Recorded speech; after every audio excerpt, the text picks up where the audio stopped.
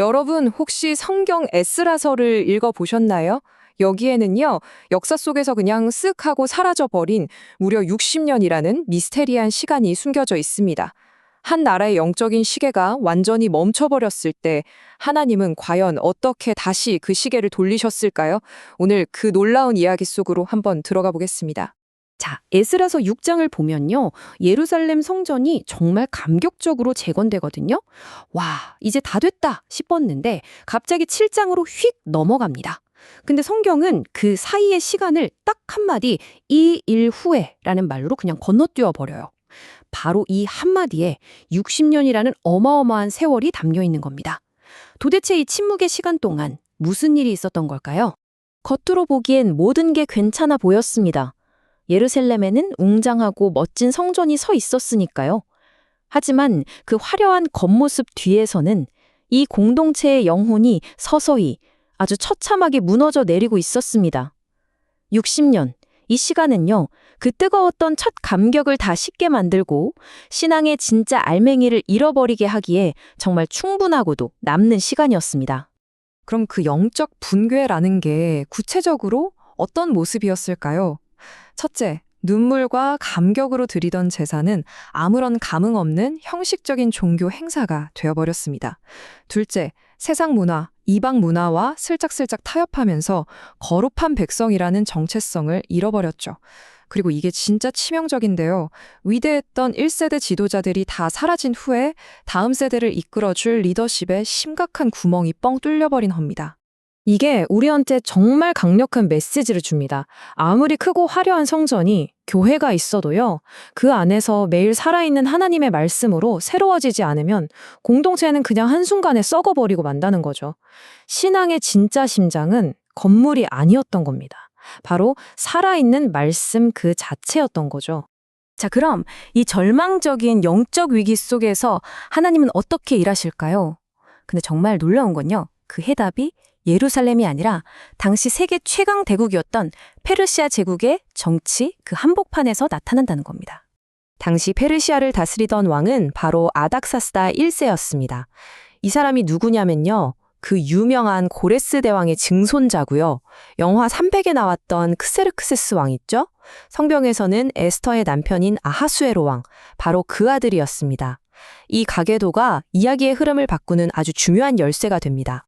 여기서 우리는 인간의 계획하고 하나님의 계획이 어떻게 딱 마주치는지 그 기가 막힌 장면을 보게 됩니다.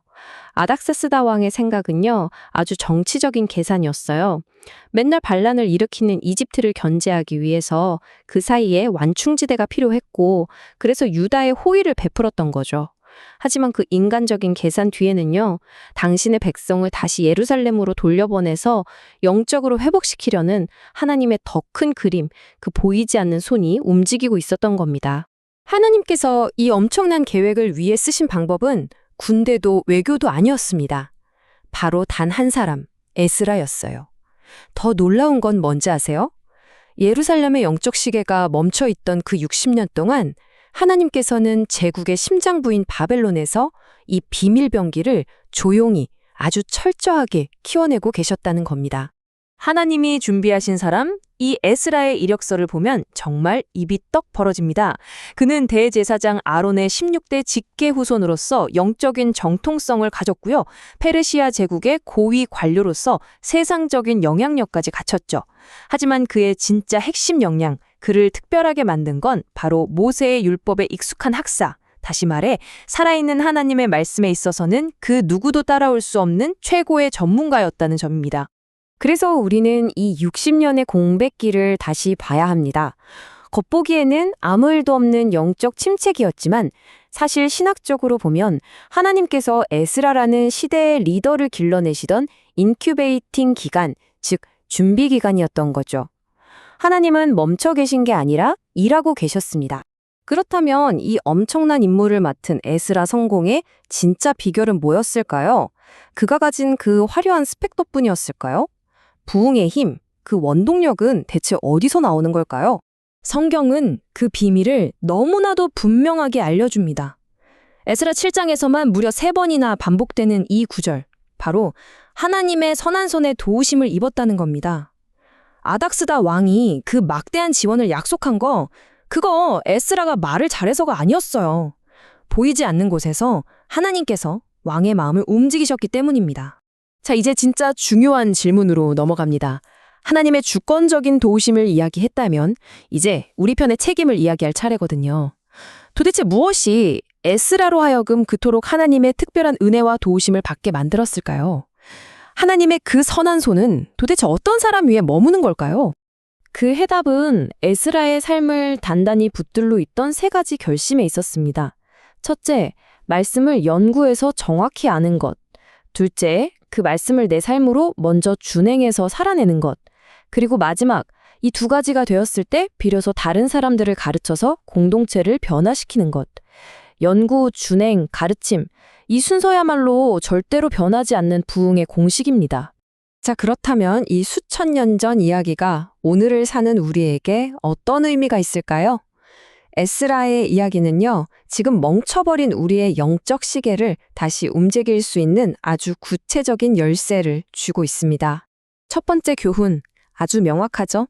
건물보다 말씀이 먼저라는 겁니다. 60년 동안 성전은 떡하니 서 있었지만 말씀이 사라지니까 공동체는 와르르 무너졌잖아요.